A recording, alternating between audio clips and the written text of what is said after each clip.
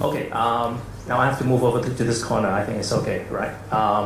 Now, we still have 20 minutes for questions from the floor. This is always something that Civic Exchange would like to provide for those who are coming to our event because interaction is really important, questions, and then deliberation, especially on this very important topic. I think we've heard a lot from the speaker and also the two panelists, and hopefully they have inspired us to think deeper into these questions, whether they are better potentials for fuel mix, not just targets, what we can do, what are the challenges faced by all these new considerations.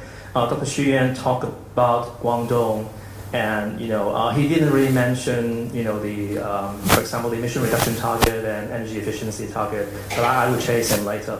But with that background, of course, Professor Chen also talked about what can be done based on his study, and this is, I think, something that in next few months, not actually next few years, next few months, Hong Kong really has to get together and rethink and reposition and try to explain and to pan out what would be the future directions for us, because it hinges on different other policy areas as well. So if we cannot sort out our energy policy first, I think it will have a huge impact on all the other policy areas. So Dr. Xu, I mentioned now because in Hong Kong we have a lot of objectives, policy objectives. That's what John has mentioned. One of them are affordability, and then of course we would like to have good environmental performances. We want to consider energy security and reliability, and there's many other things related to, for example, climate change targets. Dr. Xu, can you tell us a little bit about what's the sentiments in China right now in terms of energy efficiency, in terms of environmental performances? What are the targets? Are they binding or non-legal binding? What are the drives in the north?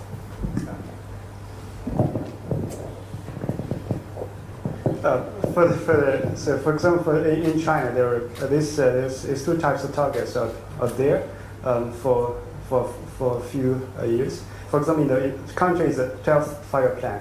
There are targets on pollution mitigation, and also targets on the carbon dioxide, targets on energy efficiency. For example, in the 11th five-year plan, they also have allowed this target. So things will change substantially in the past 10 years from before. For example, in the 10th five-year plan, almost 10 years ago, most of the targets were failed. Okay, but in the 11th five-year plan, most of the targets succeeded. So there was a big difference in these two five-year plans. As we said, is the major thing is what happened, why in the past they didn't want to fulfill these targets, why country they want to do that. So the incentives have been changed substantially. One is from the government side, because the government pays more attention to this public goods, because the people want it. For example, 10 years ago, China had SARS, and also in Hong Kong. So now really push the government forward substantially. And also, for example, I mentioned that early this year, in Beijing there was a very serious air pollution event. From air pollution perspective, from health perspective, of course that's very bad. But from the long-term perspective, that could be good, because that can push the country forward. That can push the people to think that we have to care about air pollution, and also indirectly that will push the government to care about air pollution. So that's the political will. The political will is a lot stronger. And second one is the governance. But in China, the big problem is that, especially in the past, when we said that we don't have the very good rule of law. The most important thing is that it's not because we don't have law, because we don't enforce the laws very well. Okay. So why we don't enforce the laws very well? One of the most important factors is that the regulator enforcers do not want to enforce the law, the government. Okay, so that was a big problem. So what happened in the past few years, from energy and environment side, is the government was mobilized, especially local governments. They were substantially much better mobilized in the past few years, because if they don't achieve this kind of targets, they will be denied for the promotion opportunities, and a lot of other consequences will happen. So they are forced to enforce the law. It's a great thing. And another aspect is from the polluter side, from energy efficiency side. In the past, they didn't have incentive to do this. From the pollution, a little bit different from energy efficiency, because pollution means you have to spend money, okay, which means you'll not get the money back. So regulation is very important. So in the past 10 years, especially since the 11th Five Plan, the incentives are put into place saying that it's good. So now it's their best interest to really reduce their pollutant emission. But in the past, even if they were caught by the government for cheating on this aspect, they could just pay the penalty because the penalty was too low. But these days, not only the probability that they will be caught is much higher than before, but the penalty is much higher than before. From energy efficiency side, it's very different because energy efficiency generally we can have this efficiency gap which means that you actually can get money, okay, but they don't do it in the past. So that's a very different case. So that's why we have these targets. These targets, one of my research projects is on this. So we try to figure out what's the impact of this target. So why they didn't really follow the rational choice to do something about energy efficiency, but now with the targets, their efforts are directed to work on this. They found out actually they can make money. They realized that it's good. And they did invest in this site and achieved a lot more than the targets asked them to do so. So since we've changed this in the past, it's mainly about incentives and also the enforcers, mobilized, and also this the relationship between the enforcers and enforcees are much better. So they have the polluters now have a great incentive to do so. Very quickly, Johnny or Mike, do you have anything to add to this? The changes in China in terms of state governance or target setting? No? Okay. Now, I think I would like to open the floor for questions. Please tell us your name and also your organization.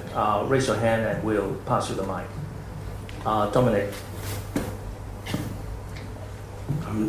Dominic Yin, Chairman of Hong Kong Association of Energy Service Companies.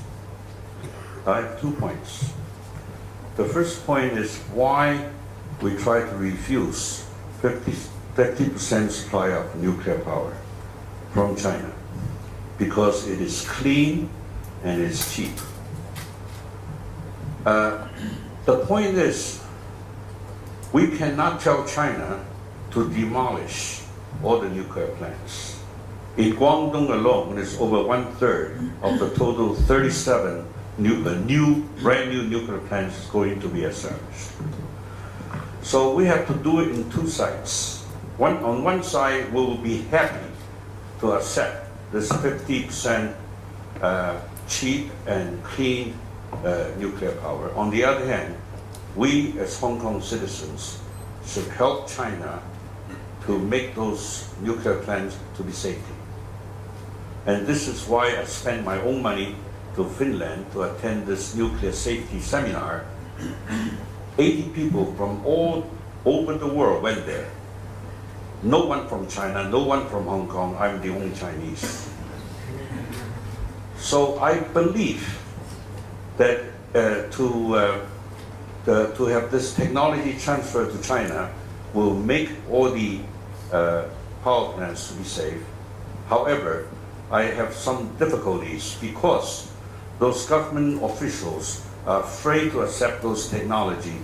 If fail, then they lose their job or something. So I had a proposal that we should get international experts to verify those technology, mainly software, and then the Chinese leaders will accept. Otherwise, they're afraid that if this does not work or don't work very efficiently, I lose my job. So this is my first comment. The second comment is about energy efficiency. Our members and myself are doing energy efficiency. And you said, very easy, because we try to save money for you. But why you don't want to do it? There are many reasons. Number one, the banks don't supply, because we're doing performance contract. We have to pay first. And after we do it once or twice and we have no money to do the third one, And commercial banks say, we support spiritually, but we don't support to lend you the money. Okay, the second thing is non-payment. We call it 赖着. After we pay, and they said, you didn't save the money, you didn't save the energy, we did. So this is the main two reasons why they don't want to do it. And the third reason is in China, those big industry, they don't want to do it because they have to spend money first to do it. And then they call, we plant the trees, let the successor to enjoy the shade. That we say, 前人種樹，後人乘涼. And this is why, I'm the advisor for China Energy Investment Institute or Commission under NDRC. So we are now planning to make a proposal that for anything you do, even though anything you do will become account receivable, that will become your asset. So that will not influence your GDP. So if this can be passed, that will help a lot. But anyway, the final words in Hong Kong, my suggestion is, number one, we try to get the cheap and clean energy, which is nuclear. And number two, we have to help China to make it safe. And number three, the government didn't do much about energy efficiency. Not very well. So we try to influence Hong Kong government to spend money and spend time and spend efforts to promote energy efficiency. Thank you. Thank you, Dominic. Okay, the panel. Nuclear, energy efficiency, investment, government, and response. Just two quick comments. First, on the nuclear one, you followed some of the presentation points on accounting for carbon. That you can assume that if nuclear is going to happen anyway, or if it's already there anyway, would Hong Kong prefer to have a seat at the table, or would Hong Kong prefer to sit back and watch? To me, I find that to be a very interesting question. I don't take a position per se on nuclear's cheapness or on safety per se. I simply say, if it's going to be there, I would rather be participating in that process, which Hong Kong so far has been able to do through the Diabei relationship. Beyond that, it is still the best carbon solution we have. On the energy efficiency, I just want to make one little comment. I'm from the United States originally. We still have incandescent light bulbs everywhere. I don't know why. We've probably spent 20 years on energy efficiency programs, utility sponsored and all of that, on getting rid of them and replacing them with CFLs or eventually LEDs or something, but they're still everywhere. In Hong Kong, they're almost nowhere. So it's kind of a very big difference between the Hong Kong community's adaptation rates and North America's. I find that curious. I find that interesting, and I don't think it's very well understood in Hong Kong or even in the United States. And I would encourage, in the setting of energy efficiency standards or programs, that be understood, because otherwise we won't intelligently use our resources to achieve what can be done in energy efficiency. I just don't think the international paradigms will translate very well to Hong Kong until Hong Kong understands itself. I think the nuclear question actually came up after Fukushima. Otherwise, the 50% will be sort of adopted already. So I guess the question is, do people in Hong Kong or people in Guangdong or whatever really still accept this expansion of the nuclear? Now, you say that, okay, well, we're not going to demolish the nuclear power plants, fine. But the question, like Professor Yan was mentioning, is that, okay, yes, they are building the nuclear power plants, but they also want to have more energy from nuclear. So are they going to sell us more of the nuclear power? Or do they want it for themselves so that they can reduce their carbon footprint?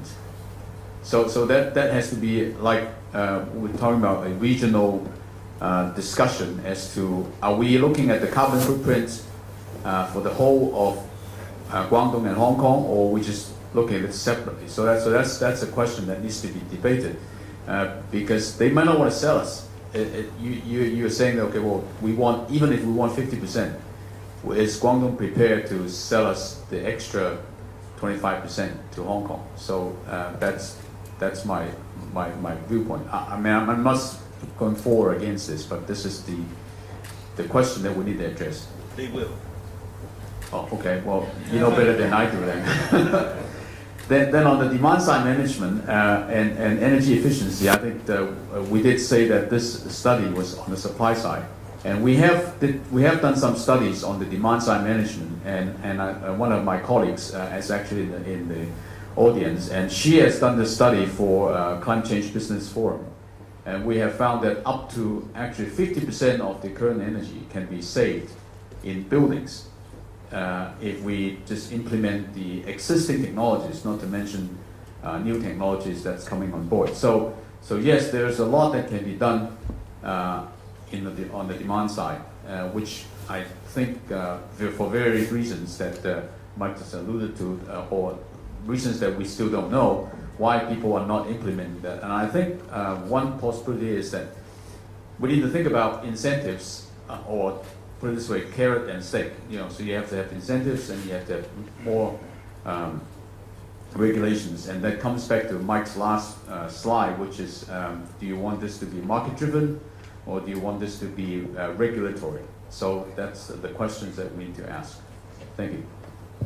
I saw a hand from Professor Jiang, and then there's a lady in the middle, and also Michael. Okay, let me take these three questions first in this round. 我有一个问题想问这个徐博士，就是我看到你的数据截止到2010年为止，我想问一下你有没有2011和2012年的数据？因为我看你的研究报告就是对这个中国大陆和香港和这个中国大陆和广东的能源政策、未来能源政策和香港的这个联系这方面，我觉得你有什么观点？ 有什么看法？这方面看你研究比较少一点。有一个观点说是，这福特核事故对中国的核电安全产生有一些影响，但是你认为不是很，中国的核能的政策影响不是很大，这一点我有点不敢苟同。我认为它影响还是蛮大的。比如中国已经停止了内地的核电站的这个项目已经停止了，现在这个正在初步的推进的是这个沿海的项目。 我对于这个中国的这个未来的核能的政策呀，对香港这方面有什么影响？我还有一个问题想问一下陈教授，陈教授就是你说这个香港没有能源政策，我想问一下这个陈教授，根据你的观点，你看香港能源政策应当是什么样子的？另外，对香港这个未来这个能源发展的方向在什么地方？Maybe I do a very quick translation. The first question is for Dr. Xu. It's about whether he's got latest data for the energy picture in Guangdong and China. For example, in the presentation, it only shows up to 2010. Do you have any figures for 2011 or 2012? And also for China's nuclear policy, actually, Professor Zhang thinks that it will have an impact on Hong Kong and also in Guangdong. What's your view on that? And the question for Professor Chan is, what's your view about an energy policy for Hong Kong? What would that be like? And he would like to hear your view about that. Okay, maybe Dr. Xu first. Very quick answers. First one, we have some data for the more recent years, but we didn't include that in the paper. So that was a fact. We didn't include the data for 2010, 2011, and 2012 because 2010 was a very important year because that's the end of the 11th five-year plan. And second one is so the impact of the Fukushima on the Chinese nuclear policy. We say that it's not that big. So it depends on which country you're comparing to. For example, if we compare to Germany say they want to phase out nuclear energy. So if we compare with Germany, the impact is not that big. Okay, if you're talking about in the past, whether it has any impact. Yes, it has huge impact in China, but it did not trigger the Chinese government to just to entirely phase out nuclear energy. Well, I shouldn't be speaking for the government, so I think the idea is that if you look around, and indeed we have done a study on different countries and regions around the world as to what the energy policy is, and every one of them has a lot more specific targets. For example, in terms of the fuel mix, in terms of climate change reduction, and so on, and how to in terms of energy security. Now, of course, these are already in the policy objectives in the Hong Kong energy policy. But I think there has to be a little bit more in depth into what should be done in terms of targets, in terms of carbon reduction, and so on. And also, it has to be more of a long-term projection. So in other words, it's very general. But if you have to set targets in the next 5 years, 10 years, 20 years, what should be done? And so I think that's the way that we should be moving towards, and following the examples of other countries and regions. Okay, thank you. The lady in the middle, and then Michael.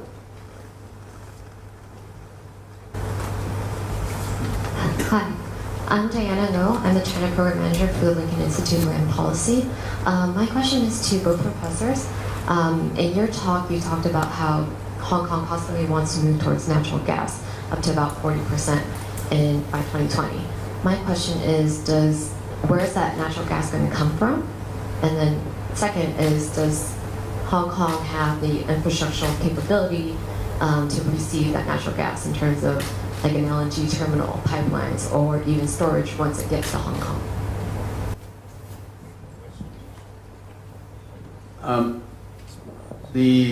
Currently, as I understand it, the natural gas is mostly coming from the pipeline from Central Asia across to China and then coming down here. So my understanding is that they are the two electricity companies are already using that, and so they are building storage facilities and so on. So I think the infrastructure is in place.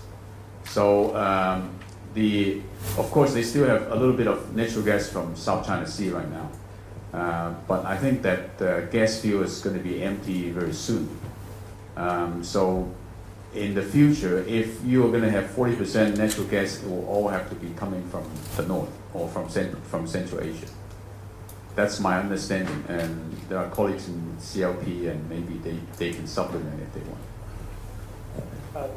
For that one, because China really needs a lot of natural gas, and so recently there was a very big reform on the price of natural gas, the price scheme.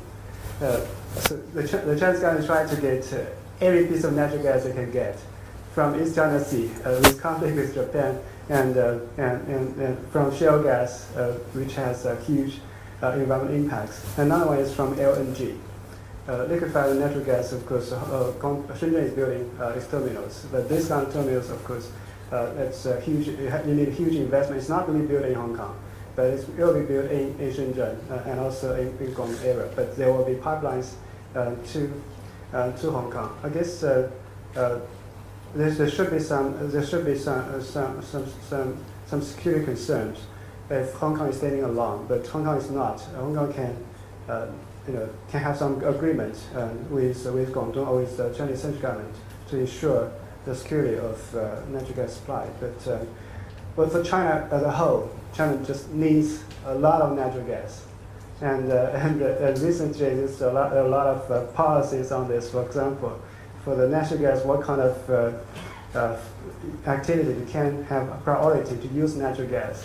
Actually, power station is ranked to be very low, because for the same ton of natural gas, if you use it for power generation or use it for example, cooking fuel, for other purposes, the benefit could be greater from health perspective, from pollution perspective, from other perspectives. So it's really big question for China to consider. Okay, thank you, Dr. Xu. Michael, very quickly. I have two questions. I'm Michael Edison, City University of Hong Kong. Two questions, but I'll try to make them quick. First one about flexibility. You say, and this makes sense, instead of deciding what the mix is, it ought to be flexible. Question is, what is that flexibility, or how much flexibility can Hong Kong have, and does it come at a price?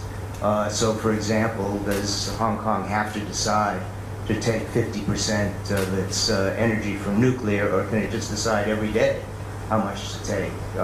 Second question, same for natural gas. Second question is about efficiency. I think one of the problems about energy efficiency and conservation is that it requires front-end investment, and sometimes it's difficult to get the return on investment.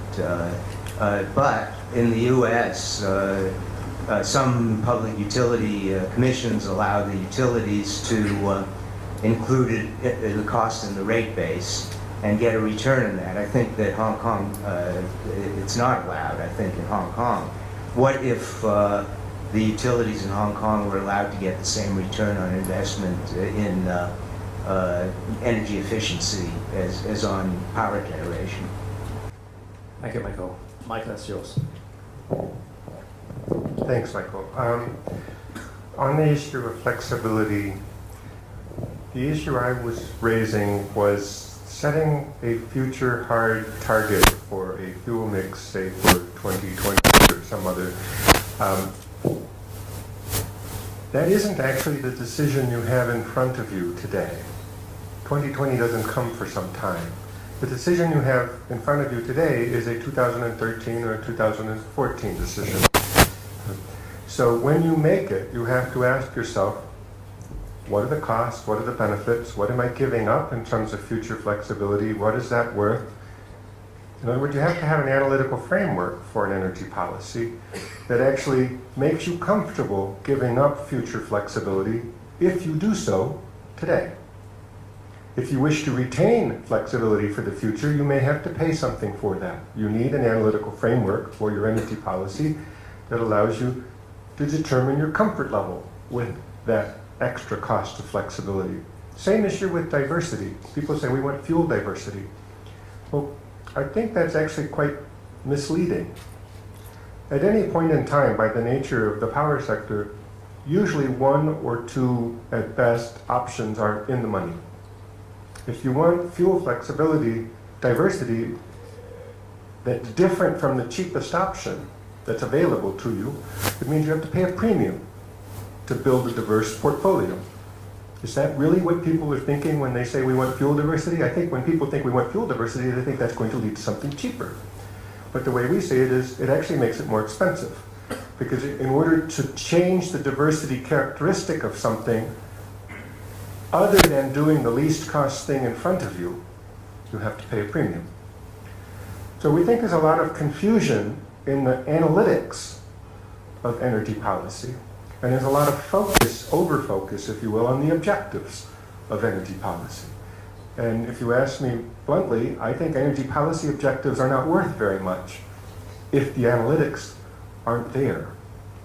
And if the analytics are there, then I think we rethink all those objectives, and we think differently about fuel and environment and all of the other aspects. So we have a cart before the horse problem, fundamentally, I think.